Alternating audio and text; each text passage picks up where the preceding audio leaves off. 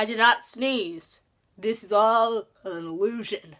Hello, my name is Jonas, and I remember this place. You're watching A Reader's World.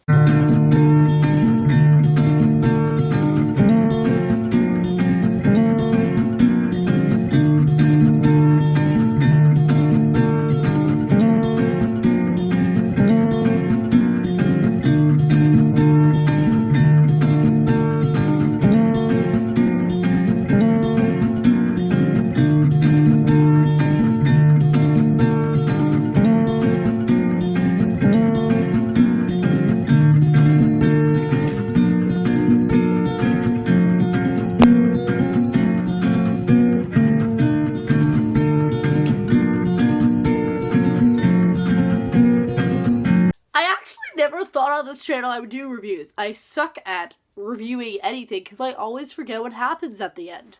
Also, I like doing reviews on a blank wall and sitting down and more close to the camera because it feels like I'm actually talking to you face to face. Also, my voice sounds kind of weird. I'm kind of sick. I've kind of been sick for the past 3 days. But I'm overcoming it to talk about this book to you guys. And that book is indeed The Giver by Lois Lowry. I am totally sure that I said that right. This is also a spoilery review, so if you haven't read the book yet, stop this video now and leave and get the book and read it, and then you can come back. Wait, I kind of feel weird talking about The Giver like this. Black and white. Oh, I missed you. So my opinion on this book, if you don't follow me on Goodreads, which I suggest you do, you don't know what I thought of this book. Well, I absolutely loved this book, and it's one of the first times I actually really loved reading something for school. Like, I liked stuff reading for school, but I loved this book. And it's up there with Perks and The Outsiders. But we should start discussing this book because, told from my sticky notes, we have a lot to talk about. So, this community, man, really crazy. Like that one rule where, like, you can't brag. I was like, okay, so how do you talk about stuff? Like, well, I wish we had that rule in school because there's some people who are just bragging about themselves and how about their life is so amazing. I'm just like, all I do is watch Netflix. And there's the rule about, like, being naked. Like, you're not allowed to see naked people except if it's a baby and it's, like, a old person. And so I was like, wait, they can't have sex? But, like, if they can't have sex, how do they, like, make the children? How do the birth mothers make the children? And that's one of the questions that the author leaves unanswered, like the ending, which we'll talk about later. But back to the naked part. Since we're talking about people being naked, can we talk about that stirring that Jonas had about Fiona and him in a bathtub together? Unclothed. Like, one of the only problems I had with this book is with Jonas and Fiona's, like, relationship is kind of awkward because there's one part of the book, I'm telling you, quote unquote, Jonas quotes Fiona as his favorite female, and it just made me cringe. Maybe because he doesn't take the pills, I don't know. And the thing I do love about this book is that there's no love interest. Except if we count that Fiona thing, but, like, there's no, like, main, like, love interest. Like, without having a love interest or a love story, the book is just saying to you, we don't need a love story to make this book good. But there's love between Jonas and Gabriel, which I also really love. Their relationship kind of developed as they went on to the elsewhere and just them together as people. And also The Giver. Jonas and The Giver's relationship I really loved. I felt it really developed.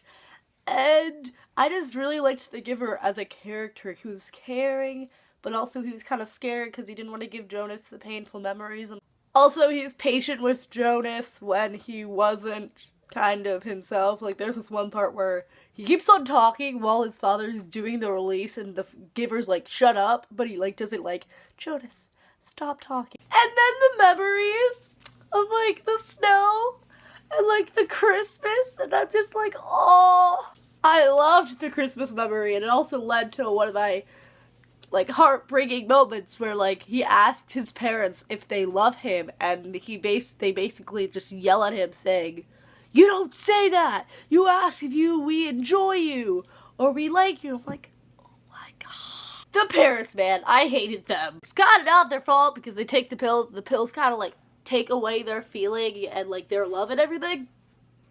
But, like, the father, I hated so much at the end, because the part where Jonas watches his father release the, like, twin baby, he, like, in a, like, a high-pitched voice, I imagine, went, "Bye-bye, little guy." I'm like, you just put a needle through, like, a little baby who's innocent and could not do anything wrong, and killed him, and you say, "Bye-bye, little guy." And then when they're talking about Gabriel's release, and he's like, "Bye-bye, little guy." I'm like, shut up, or else I'm gonna come in that book and slap you across the face and put that needle through you. Let's talk about release. Let's talk about Rosemary's for a second. I feel really bad for her. Like, that little 12-year-old girl stabbed herself with a needle and died.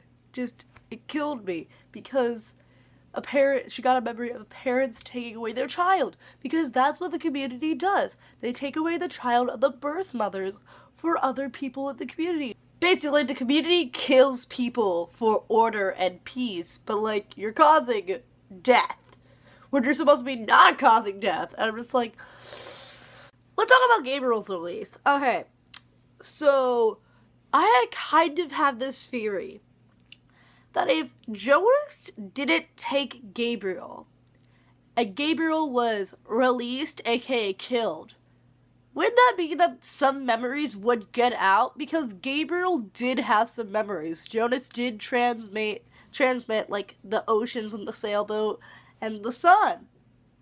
So if Gabriel was killed, his memories would get released, but it wouldn't be a bigger impact as much as Jonas's, because Jonas has, like, a year of memories, and Gabriel has, like, wait, Gabriel has, like, each night Jonas would give him memories.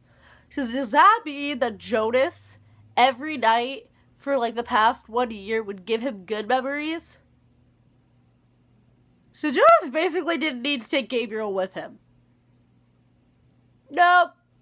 Because they die in the end anyway. That's what I think. Or maybe Gabriel's memories would just go poof because Gabriel wasn't an official receiver of memories. Maybe, I don't know. I'm not the author. I don't know anything. I'm just a reader. Or like in the movie when he has that mark and Jonas goes, "Oh, who's gonna be a receiver of memory?" Ugh. I couldn't get through that movie. That movie was so bad. I have to watch it tomorrow in school, and I feel so bad for myself. But let's talk about this ending. A lot of people have different assumptions of the ending. Like, in my school copy of the book, it has a, a speech made by Lois Lowery, who says some of the ideas that children had of the ending of the story. There's one where, like, they went in a circle, but it was through time, so they ended up back in the community that they were originally at, but it changed because of them. And there's another one where it's like they transported to another dimension or something, or parallel universe or something. And then there's another one that I really liked and actually think the ending is. The theory I really like and think what actually happened in the end was that Jonas and Gabriel died, but they went to heaven. And here's why. More to that theory that the girl talked about in Lois Lowery's speech is that Jesus and Jonas have similarities. They both took pain and sacrificed themselves for those people and the pain. And I literally liked that idea. And also another similarity in the Bible and everything is that when Jesus is born, there's an angel called Gabriel that tells everyone that, like, hey, Jesus is born. And Gabriel is the baby and basically starts this whole, like, thinking about others and how he sacrificed himself and everything. If you don't know the Bible, when Jesus died on the cross after sacrificing everyone's sins and everything, 3 days after, he rose up to heaven. And I think the same thing happened to Jonas. He died and then went to heaven.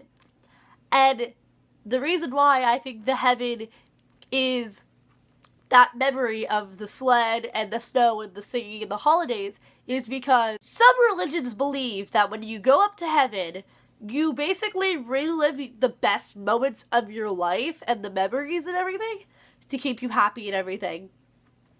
And that's what I think happened to Jonas. He's reliving the memory of the snow and the singing and the holiday and everything with Gabriel, who also died. So I basically think even though they died, the memories still are released. Because when Rosemary died, those memories got released too. Personally, I really love the ending of how you could basically think of your own ending. One of the letters that Lois Lowry got was a girl said, "Everyone really hates the ending, but I love it because I get to make it happy." When I was reading that, I was like, "Oh, that's so sweet." But I'm gonna make it really bad and make them die in the end. Because I think the textual evidence shows during the book. I don't know if Lois Lowry was a Christian or what. I maybe have to research that if I really want to go in detail. Alakazam! Alakapooey! Bring the color back! Oh yeah, it's back. I missed it so much. Do you guys realize it's December? So when's the ceremony gonna happen? Well, thank you guys for watching. I hope you like, comment, subscribe. Comment down below what is your theory about the ending and other thoughts of the movie, sadly, and the book. And I'll see you guys later. Bye!